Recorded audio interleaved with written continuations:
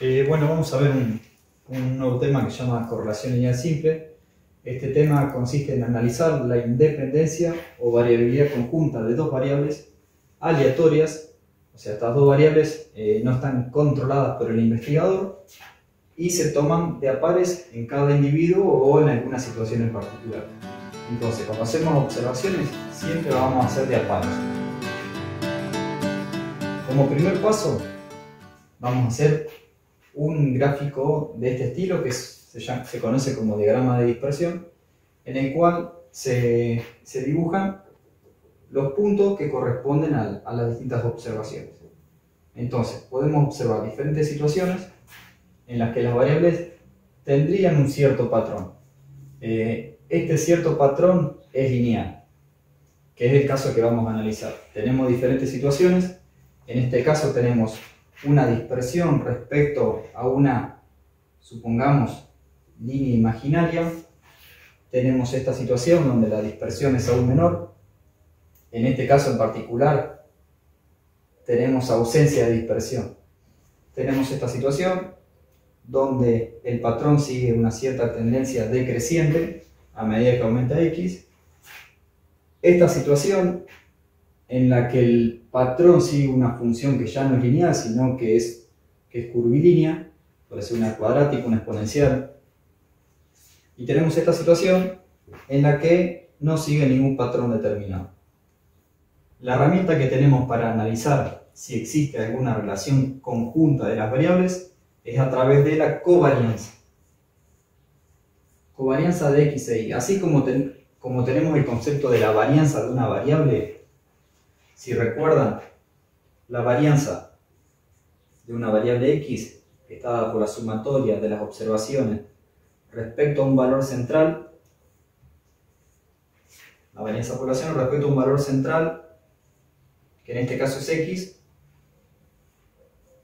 Tenemos la media con las observaciones. En este caso, con el concepto de covarianza, que viene dado por la ecuación de la sumatoria de las x por la y sobre n menos la media de x por la media de y. En este caso, vemos que la variabilidad está medida en términos de un valor central, que es la media de x y la media de y. Entonces, vendría a medir la dispersión que tenemos respecto a este valor central, que es la media de las dos variables. El valor de la covarianza depende de las unidades de medición. Por ejemplo, si medimos la longitud de un objeto en milímetros, en metros, en kilómetros, micrómetros, siempre nos va a dar un valor distinto. Lo que no va a dar distinto es el signo de la variabilidad conjunta, que podría ser o positivo o negativo, como en este caso. Para solventar este inconveniente, lo que se hace es construir un coeficiente, que es el coeficiente de correlación, que es el cociente entre la covarianza de x e y dividido el desvío de la variable x por el desvío de la variable y. Esto da como resultado final la siguiente ecuación: la sumatoria de x sub y por y sub y menos n por la media de x por la media de y dividido la raíz cuadrada de la sumatoria de x sub y al cuadrado menos n por la media de x al cuadrado por la sumatoria de la y sub y al cuadrado menos n por la media de y al cuadrado. Y que es el coeficiente que vamos a usar de aquí en más para analizar la variabilidad conjunta de dos variables. Este coeficiente tiene ventajas. La primera de las ventajas es que nos mide el grado de asociación de las variables. ¿Qué significa? Que ya no depende de las unidades y es un valor que está acotado entre menos 1 y 1, que si este valor está entre menos 1 y 0, decimos que hay asociación negativa, como es este caso. A medida que aumenta x, los valores de y van disminuyendo. Si está entre 0 y 1, la asociación es positiva o directa, es este caso. A medida que aumenta x, también va aumentando el valor de y. Y si r está cercano a 0, decimos que hay ausencia de correlación, como podría ser este caso. Hay que mencionar que si el coeficiente r toma los valores extremos menos 1 o 1, es el caso de una relación funcional, ¿sí? Lo que significa que el patrón de conducta de ambas variables se puede predecir por una ecuación o una función matemática. Vamos con un ejemplo. Los siguientes datos son los valores obtenidos de una muestra de 16 datos de producción de leche en la que se les midió el porcentaje de grasa y proteína. Determinaremos mediante un análisis de correlación si estas variables, proteína y grasa, están asociadas. Proteína, grasa, las dos medidas en porcentaje. Y como primer paso se realiza el diagrama de dispersión. En el diagrama de dispersión vamos a apreciar acá en el eje X el porcentaje de proteína y en el eje Y el porcentaje de grasa. Con este gráfico podemos ver que hay una cierta tendencia. Vamos con el cálculo del coeficiente de correlación. Primero vamos a hacer la sumatoria de las X por las Y. Sumatoria de X sub Y por Y sub Y es igual, con el primer término, 4,12 por 5,6 más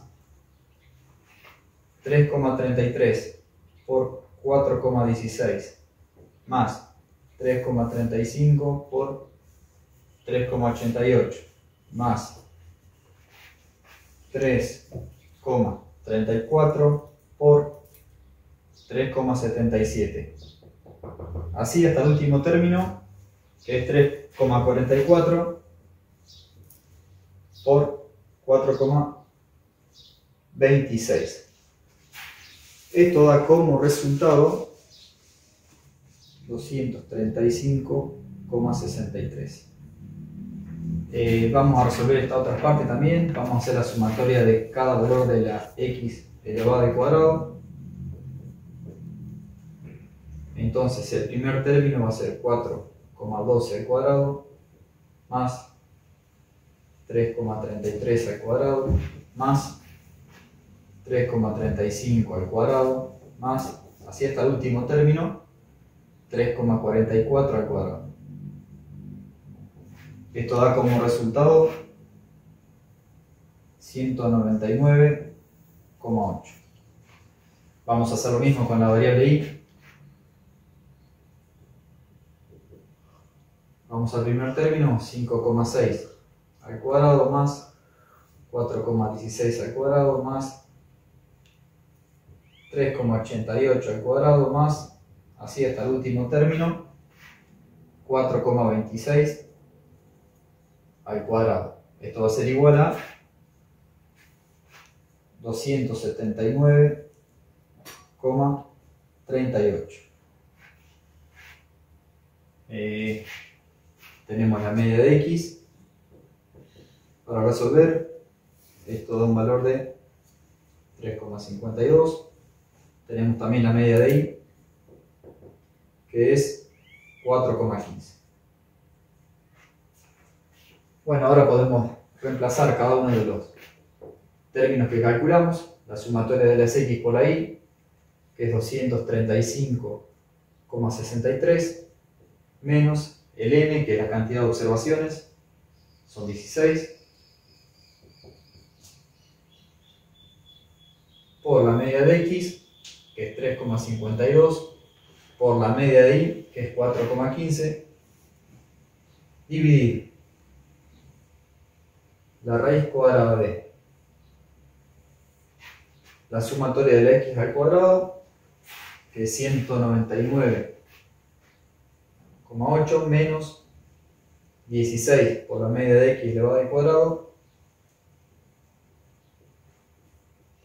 cerramos paréntesis, por la sumatoria de y cuadrado, que es 279,38 menos 16 por la media de y elevado al cuadrado, 4,15 elevado al cuadrado.